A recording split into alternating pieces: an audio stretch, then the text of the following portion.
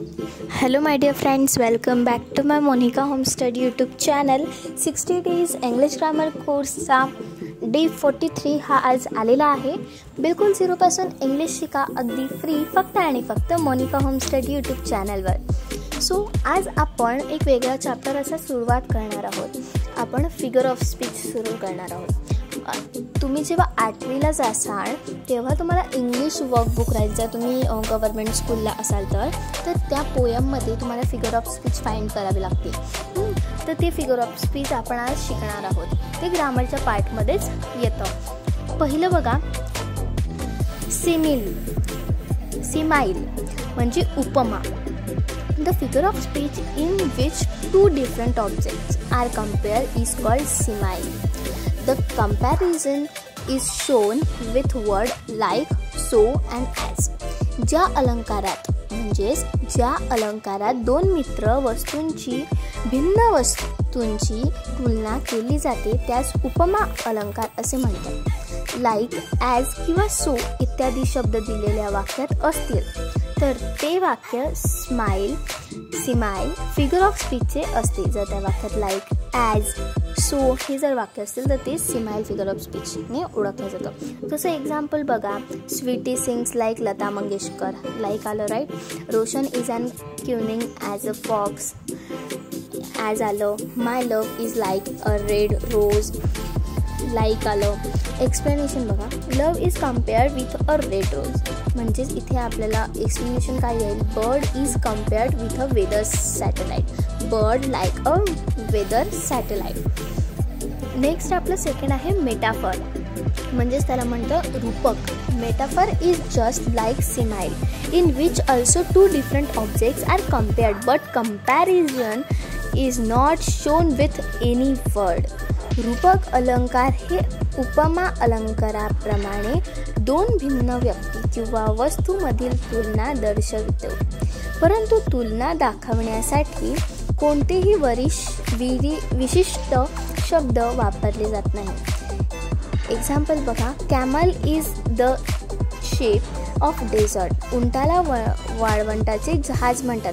उंटाची तुलना ही जहाजाशी केली आहे म्हणून ते मेटाफर आहे. Explanation, camel is implicitly compared with a sheep of desert. दुसरा आहे दूज David's of warm and affection. Explanation, the neighbours are implicitly compared to devotees. म्हणजेच the neighbour who's devotees of warmth and affection. आपण हे example metaphor हे figure of स्पीचचे समजू शकतो. असेच एक्झाम्पल तुम्हाला पोयमच्या लाईनमध्ये येतात, त्या पॅरेग्राफमध्ये येतात. त्या पॅरेग्राफचं तुम्हाला खूप काही सांगावं लागते. थीम सांगावी लागते, फिगर ऑफ स्पीच सांगावं लागते, त्याच्यातली रायमिंग स्कीम सांगावी लागते. तिसरं आहे आपलं पर्सॉनिफिकेशन, Chetan गुणोक्ती. When human quality is given to any non-living thing, it denotes personification. जी वस्तूला मानवाचा एखादा गुण देऊन जेव्हा त्यांना बोलके केले जाते त्यास चेतन गुणोक्तालंकार असे म्हणतात. आपण आता पुढे एक्झाम्पल्स बघूया. आपले विशेष काय चालू होता, तुम्हाला त्या पोएममधले रायमिंग स्कीम, अजून तुम्हाला आवडलेली ओढ हे तुम्हाला लिहावं लागतं. सो ते तुम्ही तिथे लिहू शकता. तिथे फिगर ऑफ स्पीचसुद्धा विचारली जाते. तर पहिलं याचे पर्सॉनिफिकेशनचं एक्झाम्पल आहे द ॲपल ट्री सेड.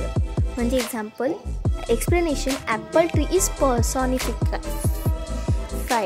वरील उदाहरणात बोलणे म्हणजे सेइंग हा मानवाचा गुण आहे.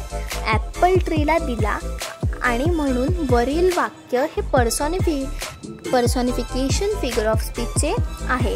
दुसरं, stars dance in the sky. मग एक्सप्लेनेशन काय येईल, stars are given the human quality of dancing. तिसरं, wild insects dancing around the throbbing petromax. मग इथे insects are given the human quality of dancing. Right, तुम्हाला कळलंच असेल पर्सॉनिफिकेशन, मेटाफर आणि सिमाईल आपण कशासाठी वापरतो. त्याचे एक्झाम्पल्स आपण बघितले, त्याचं एक्सप्लेनेशनसुद्धा बघितलं आपण. आपल्याला 8th स्टँडर्डमध्ये 9th स्टँडर्डमध्ये हे विचारलं जातं फिगर ऑफ स्पीच साधारणतः तुम्हाला 8th स्टँडर्डपासूनच आहे. तुम्हाला ट्युशन टीचर तुमचे असेच शिकवणार आहात. तुम्हाला याच 3 फिगर ऑफ स्पीचवर मी टेस्ट सिरीजवर क्वेश्चन विचारणार आहे. उत्तर द्यायला विसरू नका. जर तुम्हाला आजचं टॉपिक, आजचं चॅप्टर कसं वाटलं ते मला नक्की कमेंटद्वारे नक्की कळवा. व्हिडिओ आवडला असेल तर लाईक करा, चॅनलला सबस्क्राईब करा आणि बाजूच्या बेल आयकॉनलाही क्लिक करा, जेणेकरून मी व्हिडिओ टाकणार आणि तुमच्या मोबाईलची घंटी अशीच वाजणार.